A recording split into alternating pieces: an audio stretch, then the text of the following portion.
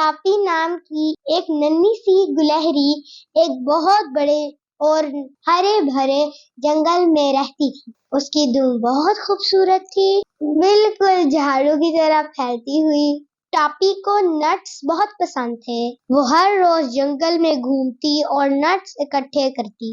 लेकिन मसला ये था कि टॉपी बहुत जिद्दी थी। वो अपने दोस्तों की बातें नहीं सुनती थी और हमेशा अपनी जिद पर अड़ी रहती थी। एक दिन जंगल में ठंडी ठंडी हवा चल रही थी। टॉपी ने दूर एक बुलंदो बाला दरख्त की चोटी पर एक बहुत बड़ा चमकदार नट देखा। वो नट सूरज की रोशनी में ऐसे चमक रहा था जैसे वो सोने का हो। वाह, कितना खूबसूरत नट है, टॉपी ने हैरत से कहा। मुझे ये नट लेना है। इतने में उसका दोस्त बंदर मंटू वहां से गुजरा। मंटू ने ऊपर देखा और बोला, अरे टॉपी, वो नट बहुत ऊंचा है, वो शाख बहुत पतली है और मैंने देखा है कि वहां पर एक बड़ा सा कौवा अपना घोंसला बना रहा है। वो नट शायद उसका है। ऊपर मत जा, गिर सकती हो। लेकिन टॉपी ने मंटो की बात ना सुनी। तुम क्यों रोक रहे हो मुझे? मैं तो गुलहरी हूँ, मुझे दरख्तों पर चढ़ना आता है। ये नट मेरा है। ये कहकर वो तेजी से दरख्त पर चढ़ने लगी। मंटो परेशान होकर नीचे देखता रहा।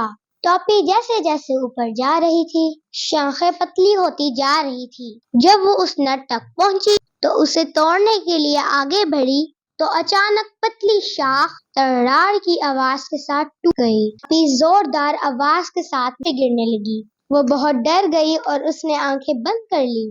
लेकिन वो जमीन पर नहीं गिरी, बल्कि एक नरम गरम चीज पर जा गिरी।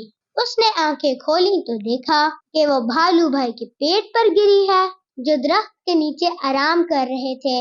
भालू भाई नरम से सो रहे थे, इसलिए टॉपी को चोट नहीं लगी।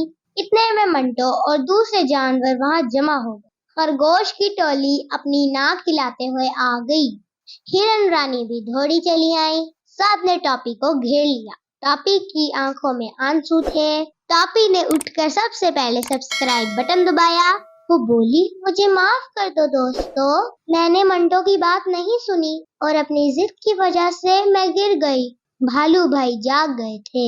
उन्होंने प्यार से टॉपी के सर पर हाथ फेरा और कहा, प्यारी बच्ची, जिद करना अच्छी बात नहीं है। जिद से अक्सर नुकसान होता है। दोस्तों के मेहरबान मशवरे सुनने चाहिए, क्योंकि वो हमारे भले के लिए होते हैं। मंटो ने कहा, कोई बात नहीं टॉपी, तुम ठीक तो हो? टॉपी ने मंटो को गले लगा लिया और बोली, हाँ मंटो, मैं ठीक हूँ। तुम सच्चे दोस्त हो। आज से मैं हमेशा तुम्हारी बात सुना करूंगी और जिद नहीं करूंगी। फिर टॉपी ने भालू भाई का शुक्रिया अदा किया। उन्होंने उसे बचा लिया। अगले दिन टॉपी ने अपने तमाम दोस्तों को अपने पास जमा किया। उसने अपने पास मौजूद सब नट्स निकाले और सब में बांट दिए। उसने कहा, आज से हम मिलजुल कर खाएंगे और एक दूसरे की मदद करेंगे। तमाम जानवर बहुत खुश हुए।